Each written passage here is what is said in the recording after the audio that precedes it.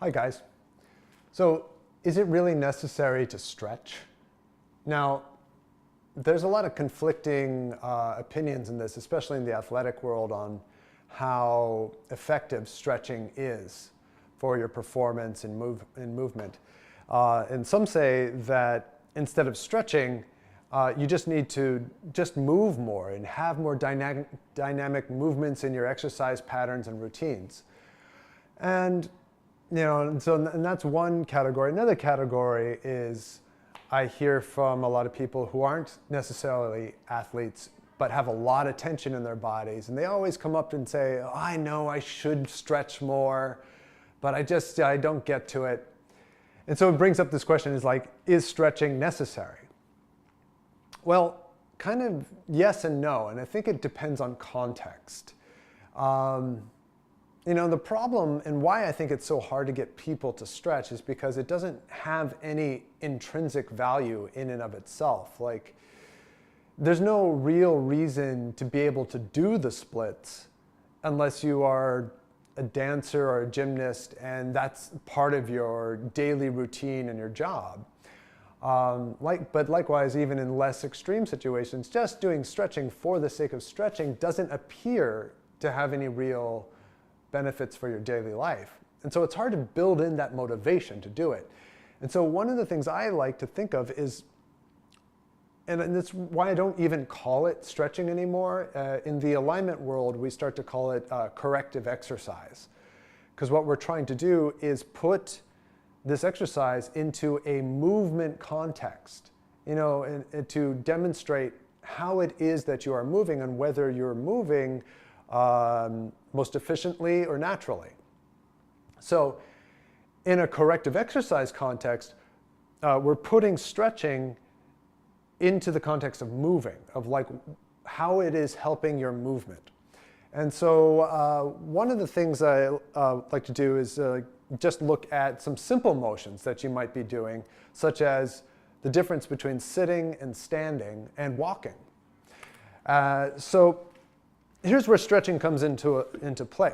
So if I'm just going from the athletic performance, and I'm sitting all day, or the athletic perspective here is that maybe I'm sitting all day, I'm losing my range of motion, because when you're sitting, your hamstrings are getting tighter, your calves are getting shorter and tighter, your hip flexors are getting shorter and tighter, because that's just the position you're putting the muscles in, and they want to adapt to the position you put them in most often. And from an athletic perspective, people might say, well, okay, then you just need to do more activity. You just need to get up and run around or walk more, and that's fine. But if these muscles have this shortness to them, when I then require myself to stand up, these muscles will resist that standing, and I'll start to pull my body into different misalignments. And that's just standing. If I start to walk or even run forward, if this leg cannot fully extend behind me, it's always kind of in this range of flexion like it would be if I was seated. As soon as I put my weight forward on it, I can't extend the leg anymore, and I'm going to end up falling. And then therefore, all my walking pattern becomes a series of small falls forward, which is a pattern which is reinforcing the sitting posture. Tightness in the hamstrings, tightness in the hip flexors, more tension in the knees, calves, etc. And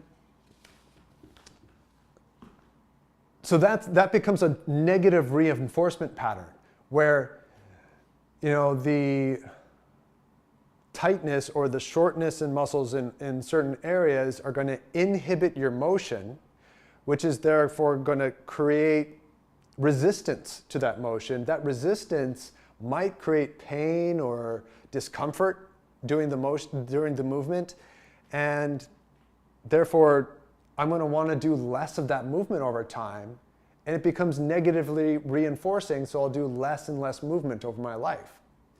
Now, as a corrective exercise perspective, it changes a bit. I might analyze and see that these muscles are really shortened.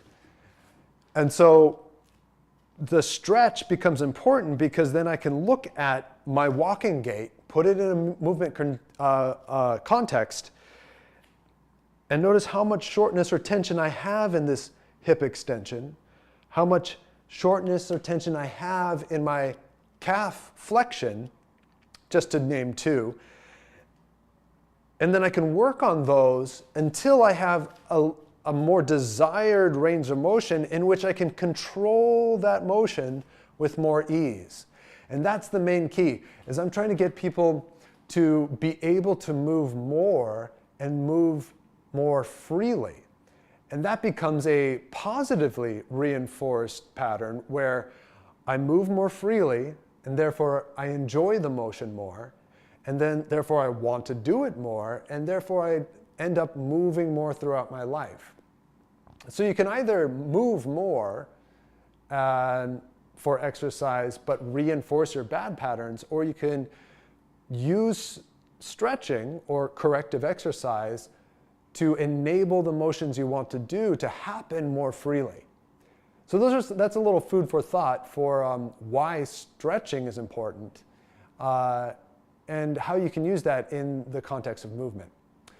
So a little food for thought. I'm going to work on a number of videos for walking gait coming up next as we started to demonstrate here.